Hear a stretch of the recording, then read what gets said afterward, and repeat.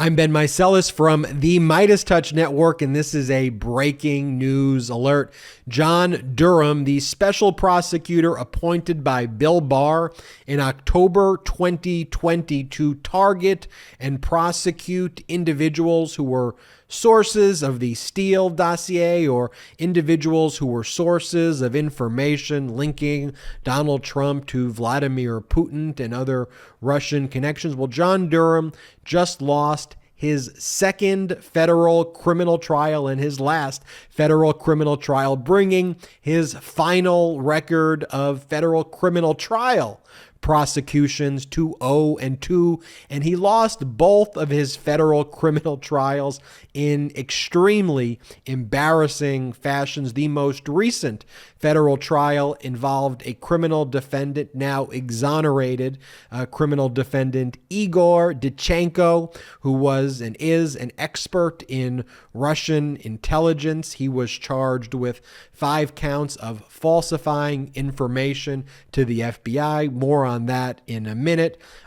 Someone who was previously prosecuted by John Durham, you may have heard about this case, was a lawyer by the name of Michael Sussman. Michael Sussman was a lawyer for Hillary Clinton who was criminally prosecuted. The allegations were that he had misrepresented to the FBI on or around the time Donald Trump was running for president, that he misrepresented that he was Hillary Clinton's lawyer, not the information that he actually had told to the FBI, but misrepresenting that he was actually Hillary Clinton's lawyer and that he just said that he was a lawyer with information. And Michael Sussman's defense in that first federal criminal trial, like, what are you talking about? I came in with information. First off, it's well known I'm Hillary Clinton's lawyer. I was her lawyer. It doesn't mean I'm her lawyer in every single capacity, but in that federal criminal trial, after all of the evidence was presented, all of the charges were found to be meritless. The jury found that Michael Sussman was not guilty on all counts. So that was the first loss in the John Durham prosecutions in federal criminal court. The most recent one also involves very bizarre and meritless charges against Igor Dichanko. Igor Dichanko, an expert in Russian intelligence, provided a lot of important intelligence information to the FBI over the years, to think tanks over the years. He was actually responsible. You may have remembered this story. Back in 2006, he exposed that Putin's 1996 dissertation that Putin wrote was actually a completely plagiarized document. That got a lot of play. I mean, Igor Dichanko is a fairly well-respected person. He worked at the Brookings Institute, where he provided lots of intel on American-Russian relations and Russian geopolitical maneuverings. And significantly here, Igor Dichanko provided information to Christopher Steele that made its way into the Steele dossier. So in 2017, after the Steele dossier was published on BuzzFeed, the FBI had a little chat with Igor Dichanko. At this time, President Trump was the president at the time. The FBI has a chat with Igor Dichanko about what he had told Christopher Steele. Again, it was an initiative by Donald Trump to try to find out who were the individuals behind the Steele dossier. Igor Dichanko had told FBI agents that he engaged in certain communications, and he said that he may have engaged in a communication. That's important. He said may have engaged in a communication with somebody by the name of Sergei Milyan, who is a Belarusian American business person who was providing him with intelligence that made its way into the Steele dossier. But what Igor Dichanko told the FBI is he had email communications with this Sergei Milyan, didn't know for a fact that he was actually speaking with Sergei on this encrypted application on the phone, but believed it could have been Sergei. And so that's what he told the FBI there. And then he had also told the FBI that he had engaged in a communication, or it was found out that he had a communication with somebody by the name of Charles Dolan, who is a Democratic consultant. He had an email communication with this individual. He never actually had a spoken conversation with this individual, Charles Dolan, who's a Democratic consultant. And so why does all of this matter? You're like, what are you talking about, Ben? Well, ultimately, what Igor Dichanko was charged with in an indictment on November of 2021 was not that the information that he gave, like the underlying information linking Trump to Russia, not that that was false that he provided to the Steele dossier, or not that he provided false information to the FBI about Trump's links with Russia or Putin. No, it was that, and this was what he was criminally charged with, that he said that he believed he had these conversations with Sergei Milian and what was alleged in this John Durham prosecution. I was going to say persecution and prosecution, that he never actually spoke with Sergei Milian. So that's what he was criminally charged with. Like literally the identity of the individual. You gave incorrect information to the FBI. And then as it relates to this Democratic consultant, Charles Dolan, that you had told the FBI that you didn't talk to Dolan, but you emailed Dolan, which is not talking to Dolan, but that's what he was criminally charged with. Take a step back. John Durham charged Igor Dichanko not with giving false information about the underlying data of Donald Trump's links with Vladimir Putin and Russia. It was whether or not he had a communication with Sergei Milian or not, or whether or not he talked to Charles Dolan versus emailed, and whether the term talked encapsulates email. That is what the criminal charge was. It also turns out that MAGA extremist conspiracy theories don't work in front of juries. And we saw that with the prosecution of Michael Sussman, who was acquitted. We see here with the prosecution of Igor Dichanko before a federal court in the Eastern District of Virginia in a trial that began October 11th. It just concluded on October 18th. And on October 18th, the jury acquitted Igor Dichanko on the remaining 4 counts of lying to the FBI about communications with Sergei Milian.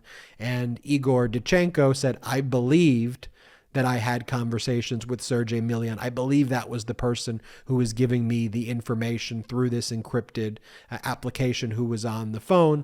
And the prosecutor saying, no, you stated that you definitely had the conversation, not that you believed that you had the conversation.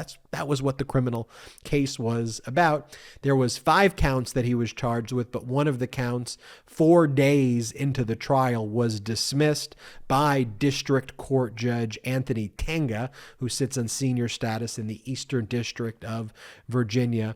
And there, what the district court judge said is that you were charging to John Durham, you're charging Igor Dichanko for lying about saying he didn't talk to that individual by the name of Christopher Dolan. But the facts are he didn't talk to that individual. He had an email communication with that individual. The individual emailed him, and there's no dispute that he emailed him, but that's different than having an actual conversation, like knowing the person and talking to him. So the judge thought that was ridiculous and didn't even send that count to the jury. So the jury acted very, very, very swiftly here. The jury found Igor Dichanko not guilty. And one of the things I want to also talk about, though, is that some of the testimony that came out from the FBI, though, was that Igor Dichanko was actually a very valuable asset to the FBI as a source. And one of the things that the FBI also did, which I'm not sure this was actually a defense raised, but feels a little bit like entrapment, is that from 2017 to 2020, they brought Igor Dichanko in as essentially an informant who they paid at the FBI and who provide very valuable information to the FBI. At the same time, they were then going to say that he lied to the FBI at these meetings that took place in 2017 about the identity of Sergei Milian and the identity of Charles Dolan. And here's testimony that came out. Two FBI officials revealed that Danchenko was an, quote, uncommonly valuable confidential human source for several years, whose role went far beyond the Steele dossier. And one FBI agent testified that Danchenko's reports as a confidential informant were used by the FBI in 25 investigations and 40 intelligence reports during a nearly 4-year period from March 2017 to October 2020. Danchenko, the FBI agent said, was considered, quote, a model informant and reshaped the way the U.S. even perceives threats. The FBI agent said that none of his previous informants had ever had as many subsources as Danchenko, and that others at the FBI continued to ask in recent months for Danchenko's assistance amid Russia's invasion of Ukraine. This was the individual that John Durham was prosecuting. Now, you recall that how John Durham became a special prosecutor. Let me just remind you as well. So in 2019, John Durham was a United States attorney in Connecticut under Bill Barr's Department of Justice. But one of the poison pills that Bill Barr wanted to leave the Biden administration with is to have John Durham target individuals who provided sourcing for Donald Trump's links to Vladimir Putin and Russia, and to attack the sources of that information, by the way, which resulted in significant prosecutions of people like Paul Manafort and others who would serve serious prison time, but for the fact that they were pardoned by Donald Trump. But here, Bill Barr wanted the special prosecutor to go after these sources and not actually the bad guys. Like, let's go after the people who helped identify who the bad guys were. But in order to make sure that John Durham would be allowed to stay in power, because when a new administration comes in, they appoint their own United States attorneys for the various states, he appointed John Durham in October of 2020 as a special prosecutor and invoked the special prosecutor statute to allow John Durham to engage in this investigation, where he could not be terminated easily by Biden or easily by the Department of Justice, because that special prosecutor statute tries to make that special prosecutor, quote unquote, independent, making it very difficult to remove that special prosecutor. And so this was in the MAGA right-wing extremist world. Oh, John Durham's got him, and John Durham's going after all these individuals. John Durham, 0 for 2 in criminal trials, embarrassing L's, embarrassing losses, an embarrassing loss on Michael Sussman. Embarrassing, frankly, because the case should never have been brought in the first place, and another embarrassing loss on this prosecution of Igor Dichanko, because frankly, these cases, legal observers who were looking at this knew these cases were defective from the outset, and all they were used for was to fuel this right-wing MAGA conspiracy. And one other point I want to make about the Department of Justice, and the Department of Justice has a very, very high degree of success in prosecutions. So the fact that you have back-to-back federal criminal trials brought by a special prosecutor like this, and you lose both jury trials, is one of the most pathetic, embarrassing, humiliating things. But it goes to the fact that Barr, Trump, Durham, engaging in what truly was actually a witch hunt, trying to fuel and spread this disinformation on right-wing echo chambers, as opposed to actually following the rule of law. Compare John Durham's track record for all of the BS that's spread in these MAGA extremist echo chambers.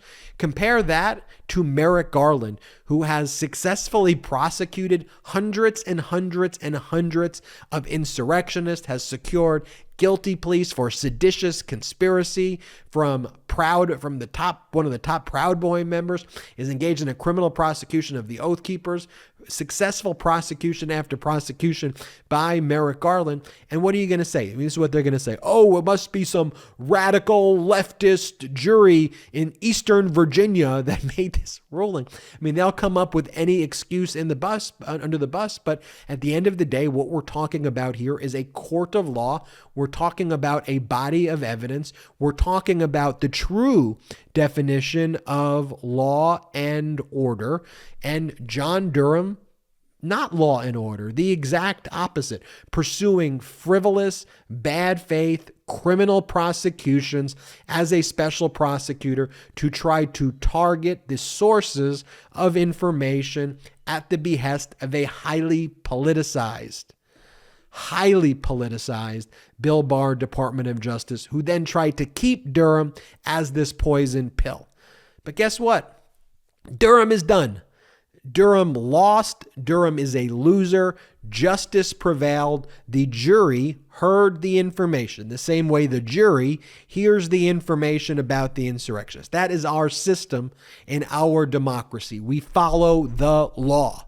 And John Durham did not follow the law. He brought cases that should never have been brought against Sussman, against Danchenko, against people who he's destroyed their lives so that the right-wing echo chamber can talk about all of this stuff. It is completely pathetic. Anyway, I'm Ben Meiselas from the MeidasTouch Network. Hey, hit this subscribe button right now, on our way to 1 million subscribers, thanks to you.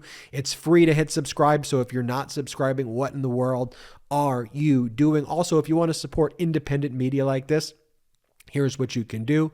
Go and head to patreon.com/MeidasTouch, patreon.com/MeidasTouch, patreon.com/MeidasTouch. There are a number of exclusive membership packages, including you can get postcards from me and my brothers, get exclusive podcast content.